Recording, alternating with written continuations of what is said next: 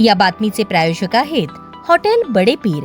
आमचा पत्ता विजापूर वेस आणि दुसरी शाखा जिंदाशाह मदार चौक सोलापूर। पेट्रोल, डिझेल व घरगुती गॅसच्या वाढत्या दरांविरोधात तसेच शेतकऱ्यांच्या पीक विमा व अन्य प्रलंबित प्रश्नांवर केंद्र व राज्य सरकारचे लक्ष वेधण्यासाठी सोलापूर शहर जिल्हा काँग्रेस समितीच्या वतीने सोमवारी सकाळी मार्केट यार्ड समोरील चौकात जनआक्रोश रास्ता रोको आंदोलन करण्यात आले। या आंदोलनाचे नेतृत्व खासदार प्रणिती शिंदे यांनी केले। आंदोलनादरम्यान काँग्रेस कार्यकर्त्यांनी सरकारविरोधात जोरदार घोषणाबाजी करत निषेध व्यक्त केला। वाढती महागाई, इंधन दरवाढ, शेतकऱ्यांना पीक विम्याचा लाभ मिळण्यात होणारा विलंब तसेच सर्वसामान्य नागरिकांवरील आर्थिक ताण याविरोधात कार्यकर्त्यांनी संताप व्यक्त केला। रास्ता रोको आंदोलनामुळे काही काळ हैदराबाद महामार्गावरील वाहतूक विस्कळीत झाली होती।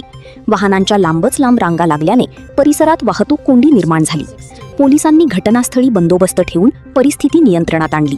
या आंदोलनात काँग्रेसचे पदाधिकारी, कार्यकर्ते व मोठ्या संख्येने नागरिक सहभागी झाले होते।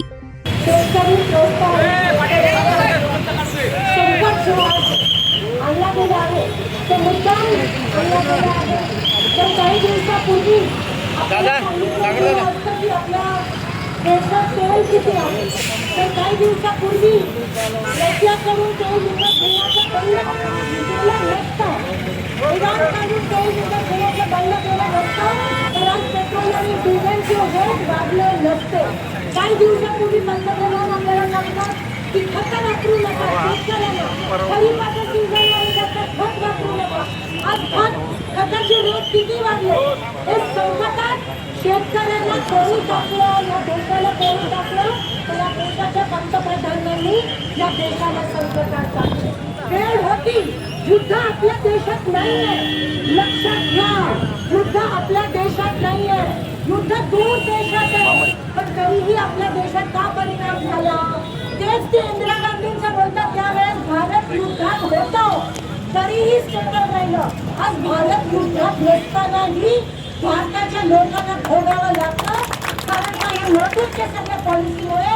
कारण का ट्रम्प तात्यांना आहारी गेले, त्यांच्यासमोर जसं ट्रम्प बोले तसं मोदी बोले। केवळ अदानीचे जे गुन्हे ते माफ करण्यासाठी ट्रम्पच्या आहारी गेले आणि आपला शेतकरी संकटात पडला। मात्र हे विमानात जाऊन मेलेडी करत बसते आणि आमचा शेतकरी हा संकटात पडला आहे। खताचा विषय असेल, आज महागाई असेल, आज सोयाबीन पीक विमा मिळत नाहीये, तुरीला पीक विमा मिळत नाहीये।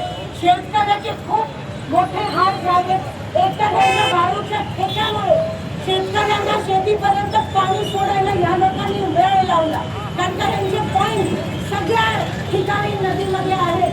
म्हणून काही असलं तर हे शेतकऱ्यांना पहिल्या टार्गेट बनवतात। हे फक्त उद्योगपत्यांचं हे सरकार आहे, शेतकऱ्यांचं सामान्य लोकांचं नाही आहे। सामान्य लोकांना शेतकऱ्यांना झळ पोचतोय। मी तुम्हाला सांगू इच्छिते की आम्ही तुमच्यासोबत आहोत, तर सरकारने तुमच्याकडे पाठ वळवले, पण आम्ही आहोत। ही फक्त सुरुवात आहे रस्ता रोको, ह्याच्या पुढे अजून आक्रोश होणार आहे।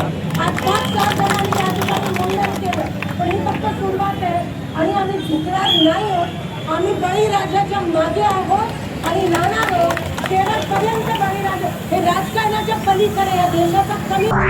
ताज्या घडामोडीसाठी पाहत रहा लोकराज्य न्यूज मराठी।